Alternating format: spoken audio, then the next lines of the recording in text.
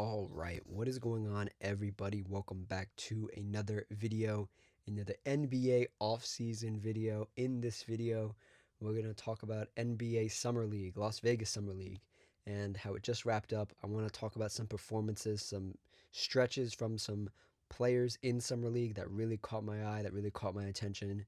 Give them some attention as well. Talk about their play, obviously, in Summer League, and maybe talk about what their role could be in the NBA next year. Obviously, some of these guys are top picks. Some of these guys are already NBA players. They're just playing in Summer League for the second time. And some of these guys are just going to be rookies next year who I think are going to have a big impact on their team. So we're going to talk about all these guys. All of them are in front of you, basically. So if you like what I say, like the video. If you have any opinions, comment it down below. And if you just like the vibes, consider subscribing. So yes, NBA Summer League, Las Vegas Summer League has ended. And your champs are the Golden State Warriors. Your Summer League MVP, Axel Lenenborg. He had an amazing run. I was thoroughly impressed with him. But we will talk about him in a little bit. I have a whole list of players I want to get to. Some of these players I did watch with my own two eyes, and I was very surprised by some of them and very pleased with the way they played. Some of them I went back after I heard online that they were playing very well. Obviously, there were so many summer league games. I couldn't catch them all. So some of them I've heard from second and third sources. So we will talk about them as well. But the first one up I want to talk about here from the Milwaukee Bucks is Braden Burries. He played a total of 5 games. That's in the California Classic, which is like pre-Summer League, and then the regular NBA Summer League in Las Vegas. He averaged 24 points, 4 rebounds, 3 assists, 1 steal, not even a full turnover, which is really good. 34% from 3, 68% from free throw, which isn't great, and then 48% from field goal. Just regular field goal in 24 minutes. Now, they say he's a guard slash forward. He's standing at 6'4". I don't think he's playing the forward spot. I think he's going to be playing the guard, which means that there's a lot of things to think about in Milwaukee if you have just seen Braden Burries in Las Vegas in the Summer League. He had a bit of a logjam at the guard spots. You still have Kevin Porter Jr. You still have Gary Trent Jr., who is being investigated for his contract being too nice. We'll see what happens there. You have Ryan Rollins, Ryan Rollins is probably more of a forward than a guard, but they've been playing him at the guard. I like him at the guard. And then who else do you have? Somebody else, right? No, I think that's it. Yeah. So there's heavy guard minutes that I'm not sure Braden Burries can get to. He's a bit of an older rookie. He's 20 years old. Born in 2005. Let's see. What did I think about Braden? I think he has a lot of interesting tools that could get him playing time. And it's going to be interesting to see what coach Taylor Jenkins wants to do with the guard spot. Because with so many older guards, by older, I mean, I can't believe I'm saying Kevin Porter Jr. is older, but he is. I remember when he got drafted. Kevin Porter Jr. is still there, and he's looked decently fine. Again, you have Gary Trent there. You could run the young backcourt of Ryan Rollins and Braden Burries. You could do that. You could maybe try Ryan at the 3 and then do like Porter Jr. Burries, or then do a Gary Trent Jr. Not Gary Trent. Yeah, Gary Trent Jr. at the 2, and then Braden Burries at the 1. I mean, three assists, 3.6 assists over 5 games. I get it's Summer League, so like the people you're passing to probably might not be the best people to pass to, but I don't think Burries is a 1. I think there's value in him being a 2-3 combo, probably leaning more towards a 2. Yeah, I think I saw 1 game of his this Summer League. It was the 10th pick, yeah, and I didn't really see him in college either, even though he did play for Arizona, who I follow quite closely. Sometimes this past season I didn't because I was busy watching all these other rookies, all these other draft prospects. But Yeah, there's value in Braden being a 2 and a 1 or a 2 and a 3. Not so much a one. Let me actually let me do my due diligence here. Let me pull up the rosters here for you guys because I did not. I need to see who else is on this Bucks team here because I feel like I'm missing a name, another guard or something. I'm missing a name. That's right. Duh. Wake up. I'm talking to myself. They have Tyler Hero. So yeah, I think Burries might get buried on the bench because like Trent Hero. You have AJ Green. You have Kevin Porter Jr. Yeah, it's gonna be tough. He might have to play the three if he wants to play, but yeah, that's tough. And they have Karis. Why are you? Oh my God, they have Karis LeVert too. What the hell? Yeah, they got a lot of guards. This might be the only chance Braden really got to play. I mean, he showed out when he played, 21 points per game. If he can even do like half of that, that was that 11 points. If he could get to 15 even, that'd be really great. 15 off the bench for a rookie would be really good, especially considering he'll probably play somewhere around like 14 minutes a game, cutting his minutes in half from summer league. So yeah, I completely that's how much I care about Tyler Hero. You know, I completely forgot he was on the Bucks now. Moving on here, he's staying in the Eastern Conference. Moving on to a top pick, the number one pick, AJ DeBonsa. Now, AJ only played 2 games. That was in just regular summer league. Summer league. In those 2 games, in that sample size, we're not gonna blow us that proportion, but in that sample size, it was 25 points per game, 2 assists, 2 steals, 1 block, 2 turnovers. So this is over 2 games. Keep in mind, 39% from field goal. His three wasn't falling, but I still have faith that it will fall at the NBA level, especially with all the open shots he's gonna get. I think he'll be able to hit a good few in the regular NBA in the regular season, and then 85% from free throw in 25 minutes per game. That's 2 games. 19 years old, the number one pick. Um, I have him this low on my list, and just to be clear, I'm going in order of like who excited me the most, but also like who I think is gonna how would I say this? Let me think about this. But who also proved the most to me. I didn't need AJ to do a lot to prove it to me. I uh I really didn't. He was the number one pick. He was the number one pick for the right reasons. Some might have said Darren Peterson was supposed to be the number one pick. I don't believe that.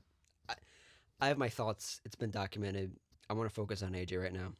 He played 2 games. In those 2 games, I felt like he was spectacular. I really did. I watched both of those games. He moved well. His communication was great. And I feel like, and this happens with a lot of prospects, right? At the college level, the spacing isn't there. They run a certain system. Sometimes the system is more geared towards their star players. Sometimes it's more of a team effort. Um, AJ just looks so much more comfortable out there at the NBA level, even going against some of these guys. You know, obviously they're rookies, they're sophomores, they're players that have been in the NBA in summer league. There's a variety of talent you go against.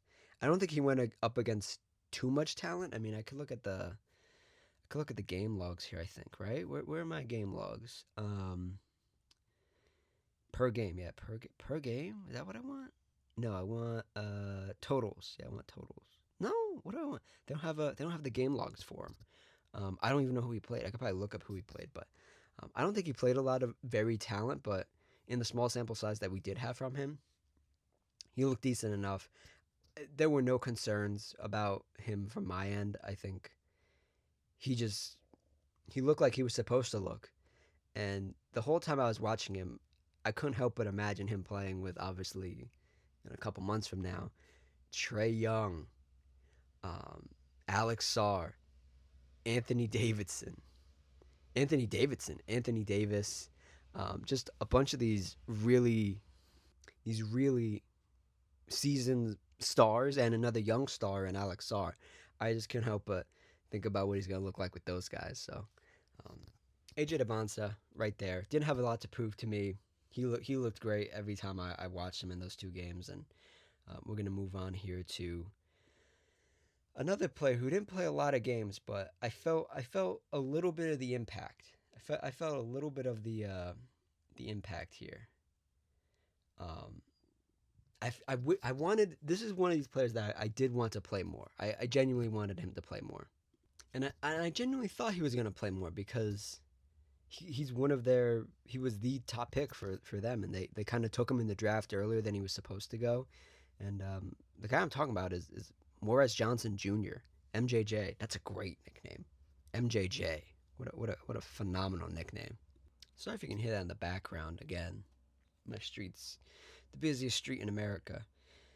But in his time in summer league, Morris Johnson, national championship player with Michigan, um, 20 years old, 2 games played, 30 minutes played in both of those games, 18 points, 6 rebounds, 1 assist, 2 steals, 3 blocks, defensive masterclass from him. Only one and a half turnovers. His three didn't look great. It didn't look great at all. It wasn't one of those things where you were hopeful that it was gonna get better in summer league, but it really didn't look good. uh, 64% from field goal, 75% from free throw. Again, this is another player where we go back to the AJ Debonsa thing, where I was just imagining him with the actual roster. I was imagining him with Cooper Flag. I was imagining him with um, Derek Lively or one of their other centers, and of course, Kyrie's coming back hopefully, and just thinking about the defensive front court that is of Cooper, Morez, and whatever center they're gonna throw out there. That's gonna be so annoying to play against, and that's the kind of lineup you need to play against like these high level teams in the Western Conference. And I'm gonna look at their roster now. Let me pull up their roster real quick. They did just sign Jed Howard as well, the Dallas Mavericks, a 2-way contract. Um, so yeah, going into their lineup here, you're gonna have a potentially devastating lineup of. I mean, who are they gonna play? Let me see here. Hmm. This is just off the top of my head, just going with the flow here. Um, Kyrie. I don't think Clay's gonna be there, but Kyrie. Oh wait! Oh my God! Wait! Oh my God! Wait! Oh sheesh! Wait! So they're gonna run Kyrie. Maybe Rishache. They did just trade for Rishache, Zachary Rishache, former #1 pick. Maybe Rishache at the 2. Yeah, Rishache at the 2. Flag, Morez Johnson, and Derek Lively. That's a huge lineup next to Kyrie. Oh my God, that's diabolical. That's crazy. I love that lineup. What the hell? That's a huge line. I'm not sure Zachary Rishache is gonna start, but just to think about that maybe a little bit. Ooh, that's a huge lineup, dude. That's huge. And at worst, if it isn't Rishache, it's gonna be like Christie or um maybe Sergio. Maybe, I don't know. They got a lot of options there. That's crazy that they have that many options right there for this lineup, for these potential lineups. But yeah, Morez, MJJ looked great defensively. He's not gonna be asked to do a lot offensively. Obviously, you want him to do a bit more, but I think as they get more comfortable, as they have the Michigan head coach now, I forget his name. I just talked about him in my coach's video, but they have his former coach, now his current coach at the. They had his former coach from the college level, now his current coach at the NBA level. Um, I think he's going to try to do his best to make him comfortable, put him in positions to play winning basketball, and I think MJJ is a winning basketball sort of guy. Obviously, he proved it at the college level, and now he will have to prove it at the NBA level with other superstars. Yeah. Moving on here to a player I didn't watch, but I heard had a great summer league. He had a phenomenal summer league. I have to make sure I'm talking about the right stats here. Yes, so this is this year. Yes, okay. Because he played a lot. He played in summer league last year too. So the player I'm talking about right now is Yegor Demon, who I watched some of the highlights, but I didn't catch any of his games. I don't want to say he went off. He from the highlights I saw and the way people were talking about him, he looked so much more comfortable out there as a initiator of the offense, as a very interesting point guard at 6'8", 200 pounds. He's 20 years old. He's a Russian basketball player. When was the last time you heard that? Um, let's get into stats. 21 points. This is combined for both the California Classic and just regular summer league. 25 minutes per game, 21 points per game, 5 rebounds, 3 assists, 1 steal, almost 2 steals, no blocks, 2 turnovers. 3-point shot still isn't there. 47% from field goal and 82% from free throw. So, for what it's worth, some of these stats don't pop out at you. But the way he was moving out there, he looked way more comfortable. It doesn't look like he put on any like weight or anything, but it could just be the way he's carrying himself is so much better than what it was last year. I didn't watch a lot of Brooklyn Nets basketball last year, to be fair, but the times that I did, when it was just on or it was like a replay or something, he looked okay enough. If he plays like this going into this next season, um, the Brooklyn Nets might have something to actually look forward to because they've been drafting some, I want to say random people, but random people just like say throwing stuff at the wall, being like, see if this sticks, see if that sticks. I think just Yegor at his size um, is enough to for him to keep a roster spot because he's 5 years away from his prime basically. He's 6'8". He's probably not gonna play in summer league next year. So this is his last chance to really ball out, and he's gonna have to prove it at the NBA level next time. He only averaged 10 points in the regular season last year. So if he can go up to 15, and his assists remain the same, yeah, around the same through his career, through his summer league and regular, his scoring needs to go up. And you would like his assists to go up, but I understand the assists not going up because of who he's playing with, you know? Whether that be in summer league or at the NBA level. I understand it a little bit. So yeah, Yegor, a really successful summer league in my opinion. Let's move on to the next one. How many do we have left? Oh, okay, yeah. So we got 1, 2, 3, 4, 5. 5 left. We got 5 left. Hold here with me. Hold here. Moving on. We're going to talk about 2 players back to back from the same team, Summer League champions this year. We're going to talk about LJ Cryer first, and then we're going to talk about Yaxel Lendenborg. LJ Cryer. Man, oh man. I will say this about both these guys. If you heard any of my Warriors stuff over the past 6 months, 10 months, I kept saying the Warriors, there's no future for them. It's going all in right now, or you got nothing in the pipeline coming down. You got no talent coming down the pipeline. This summer league changed my mind. It changed my mind. A lot of their rookies, a lot of their younger players are older. They spent some additional time in college, but they got some really interesting players, man. Um, Will Richard is a player that is not on my list. He was on the regular roster last year. Obviously, Warriors fans and people who follow the NBA know about him. I'm not going to talk about him, but he's a young player on this team. LJ Cryer, he got some. I think they said on the broadcast he got some minutes last year. I don't remember him playing, but he wasn't playing like this. If that's a consolation prize, he wasn't playing like this. Yaxel, obviously, we're gonna get to in a second. He was amazing. But talking about LJ here, How old is he? He's oh my god, he's 20. He's almost my age. Jeez, he's 25 years old. Where are the? Yeah, he's oh my god. Yeah, okay. So Golden State. This season, this season he averaged. So for context, last summer league he averaged 9 points per game. This summer league he averaged 13 points per game.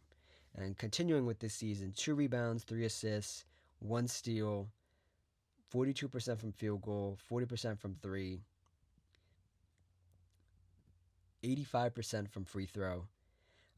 I will say, the player who he reminded me of, he was kind of giving me a little bit of um, Jared McCain, a little Jared McCaney out there, a little young Kyle Lowry out there, like one of these smaller, like stouter guards.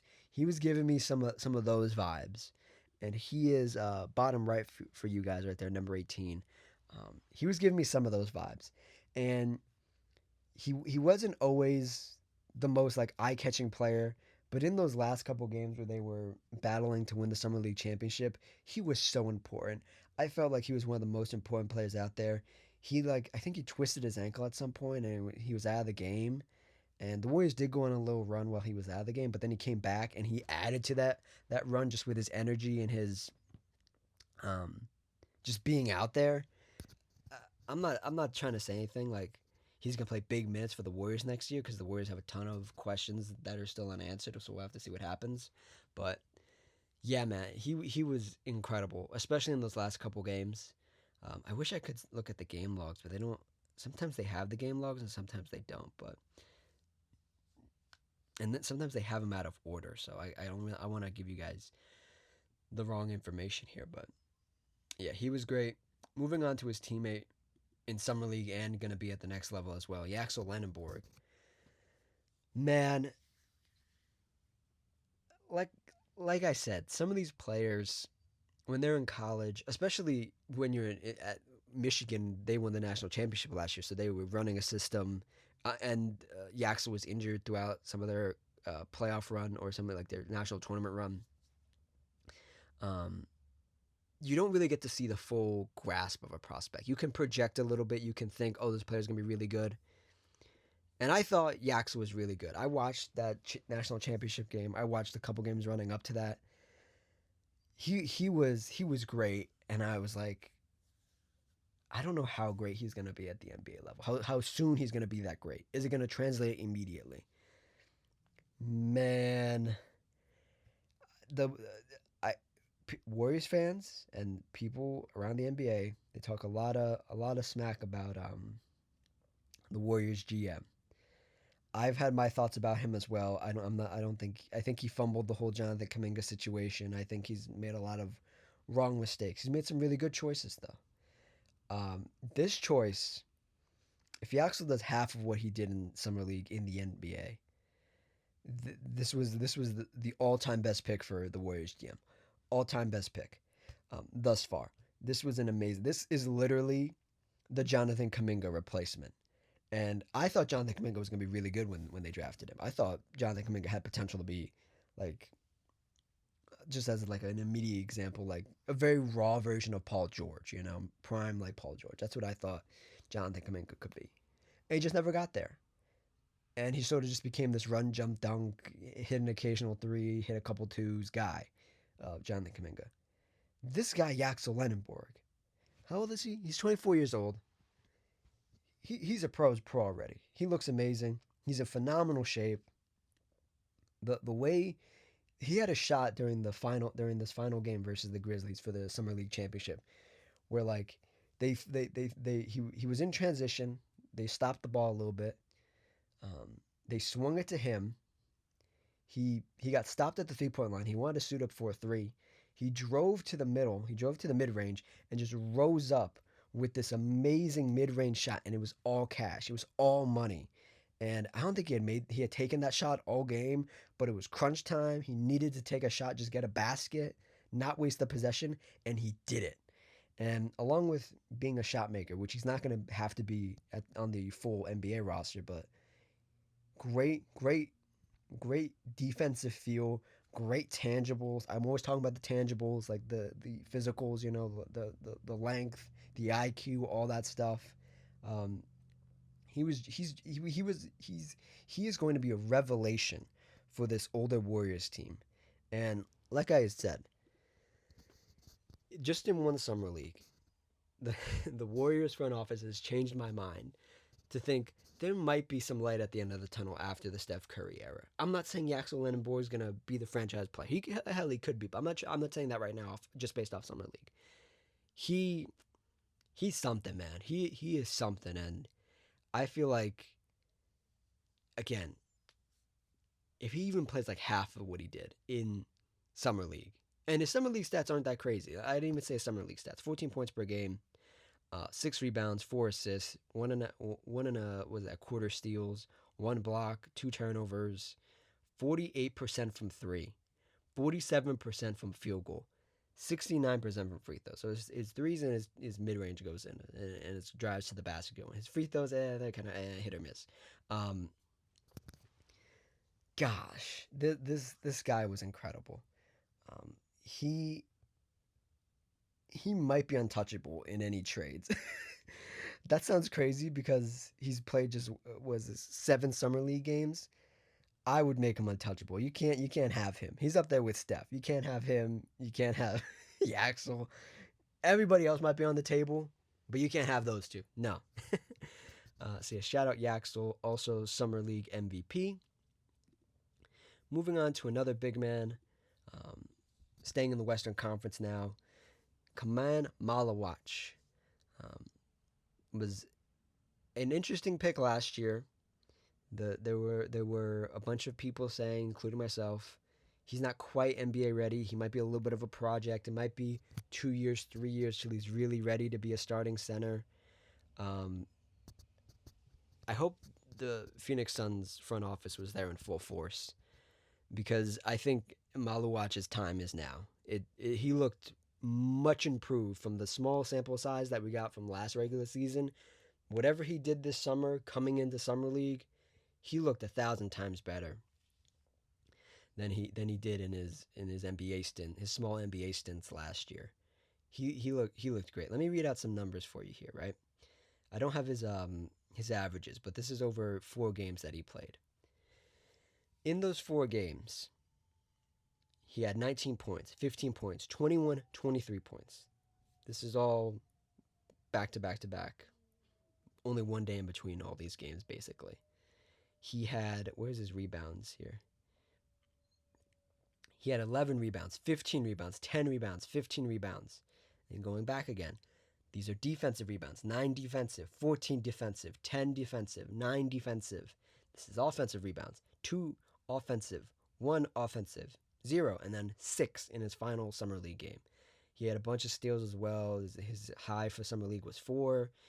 He had 7 turnovers in his first game, and then it was 0, 1, 2. I'm not asking him to bring up the ball. I'm not asking him to do anything crazy. That's going to be taken care of for him um, when he gets back to the regular roster. He's even taking threes. Some of these games, let's look at them. Going from game 1 to his final game, game 4, 3 of 7 from 3, 42%. 4 of 2, 2 of 4 from 3, 50%. 1 of 4 from 3, 25%, and then 2 of 5 from 3, 40%. If he can just make 2 to 3 threes a game, I think that's enough. And he played a bunch of minutes too, basically was that like 27 minutes per game, 28 minutes per game. Um, the crazy thing is, the Suns brought back Mark Williams, and now I think Mark Williams might not be a Phoenix Sun for long if Kamal Malawach is going to be legit, because Kaman he's 6'1", 250. He's only 19 years old. He's going to get better. Man, I didn't watch him live, but the stats, obviously, like I've talked about, and the highlights I saw, he looks legit now, man. This isn't like, he's obviously still going to be a project, but he's above schedule right now. He's ahead of schedule right now, which is a great thing to see. Going from one former Duke player to another former Duke player, This time from this year's draft, Cameron Boozer. Man, Cameron Boozer. He played 7 games. He played one of the most games out of like the top picks. 7 games. 17 points per game, 7 rebounds, 3 assists, 1 steal. No full block. 40% from three, field goal, 50% from field goal, 80% from free throws. So was that 50, 40, 80 in summer league? That's really good, and that's what I really want to talk about with him. Is we all knew what Cameron Boozer was. Cameron Boozer is my favorite top pick in this draft. I really liked Cameron Boozer. I thought early in my draft process when I was talking about these guys, I thought Cameron Boozer could go number 1. Then it feasibly didn't make sense for Washington to do that because they already had so many forwards and so many centers. They didn't need him.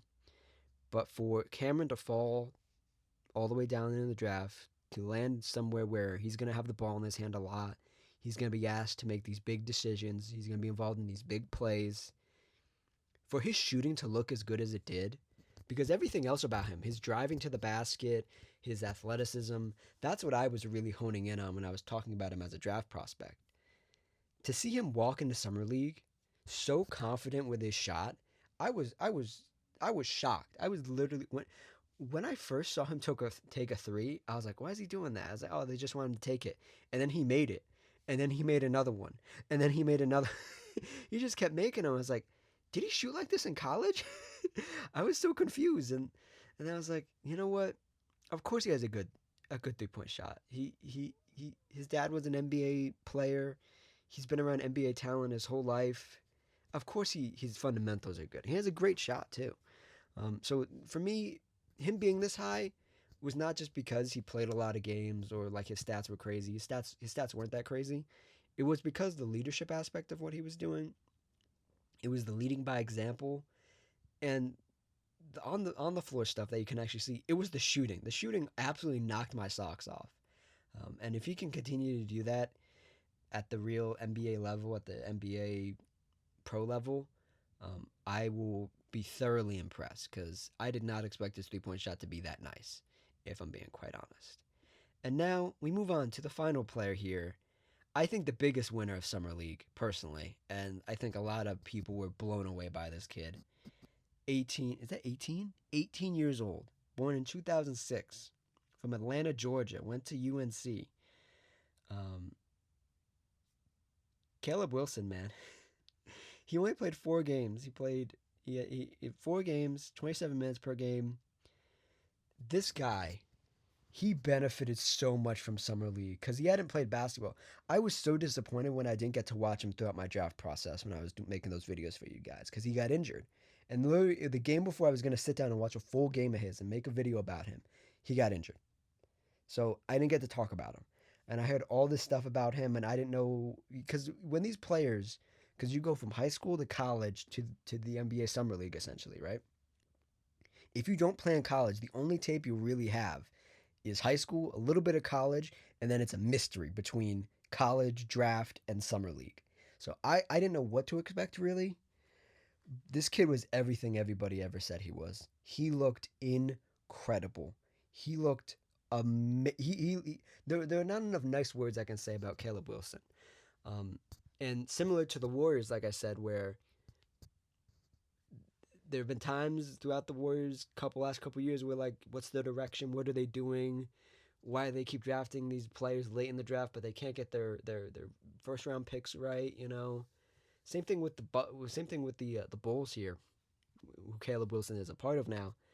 It's like a weird hodgepodge of guys. Obviously, bringing a new guy to run the front office and stuff. This is his first time doing it, making the really big decisions. He got this one spot on. This guy's gonna be all world. I don't even know who to describe him as, like an NBA comparison, just from Summer League. Let me try to think here. He reminds me, there's a lot of Andre Iguodala in his defensive IQ and just length and stuff. Maybe, I don't know. I'm gonna have to think on that. We'll ruminate on that, and I'll come back to you guys when we do like a preseason preview. We'll talk about Caleb Wilson and the Bulls a lot more because he's gonna be the star of this team. He was just amazing. Let's give you some numbers here. 23 points per game, 7 rebounds, almost 2 assists, 1 steal, 2 blocks.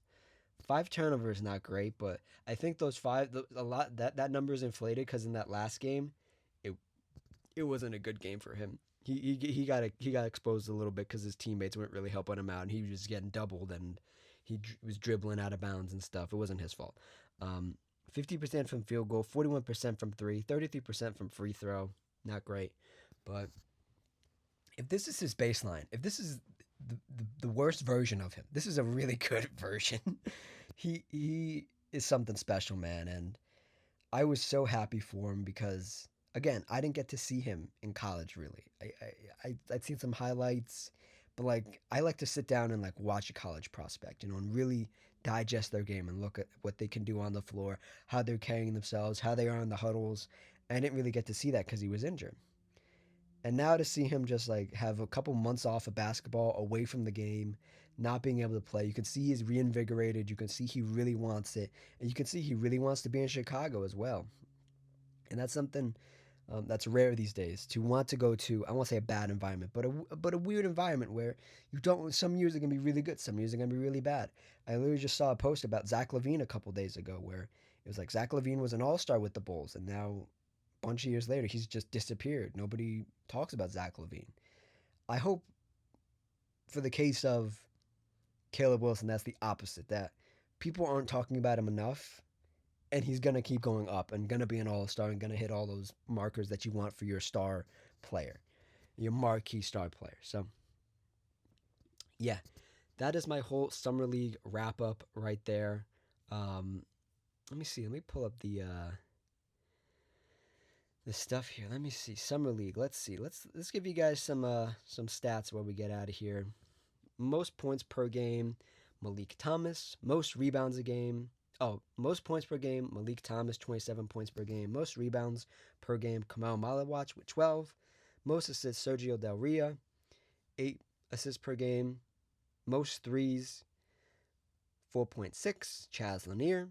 Most blocks, 3.6, Ryan Kalkbrenner, who I liked at Summer League last year. Good to see him popping up here again. Most steals, 3.2, Cheney Johnson. Turnovers, Caleb Wilson, like I said, that last game really inflated it for him, 5.2. And PER leader, Braden Hudson at 4.2. So yeah, those are your stats leaders for Summer League this season. And the top performers, let's see here. Malik Thomas, 30 points in a game. Braden Burries, 23. Heinz Steinbach, 27 points in a game. These are just in a singular game. Jameer Young, 30 points in a game. Really good stuff. And your Golden State Warriors finish with a record of 4-1, and they win the Summer League championship this year, followed by the Los Angeles Lakers 4-1, the Memphis Grizzlies 4-1, the Orlando Magic 4-1, San Antonio Spurs 4-1. All the top 5 teams were 4-1, and then you get 3-2, and so on and so forth. This was a very exciting Summer League. This was fun. I try to watch as much as possible. I don't think I watched as much as I did last year, but this year was fun, especially the broadcast. I want to shout out the broadcast, especially for Amazon Prime. They had a bunch of they had Teresa Witherspoon, they had Quinn Cook, they had Jeremy Lin, they had a bunch of these guest commentators, former WNBA players, former NBA players. I thought the interviews were really good, really relaxed. It wasn't too stiff. So yeah, I think this was a great success, and we'll see what next year is. Next year's draft isn't supposed to be as crazy, but you never know. Things could change in the next couple months. So that is it. These young players, these rookies and stuff, will go on, and the next time we see them play will be in the NBA in their first game, and that wraps up the 2026, the 2026 draft this year. These players, that's it. That's it for them. They are pros now officially. Next time they play. So yeah, I'm so happy I got to cover all these guys throughout their college career. Talk about them a little bit here. Talk about some other guys that already have NBA contracts and all that stuff. And yeah, it's been a fun time, man. Thank you guys so much for listening. The end screen should be playing right now. Check out the video on the left. Check out the playlist on the right. If you click my little icon right in the middle of the screen, right by Yaxel number 1, bottom left of your screen, a little subscribe button will pop up, and you can subscribe with ease. Like and comment as well, and I will see you guys next time. Cheers.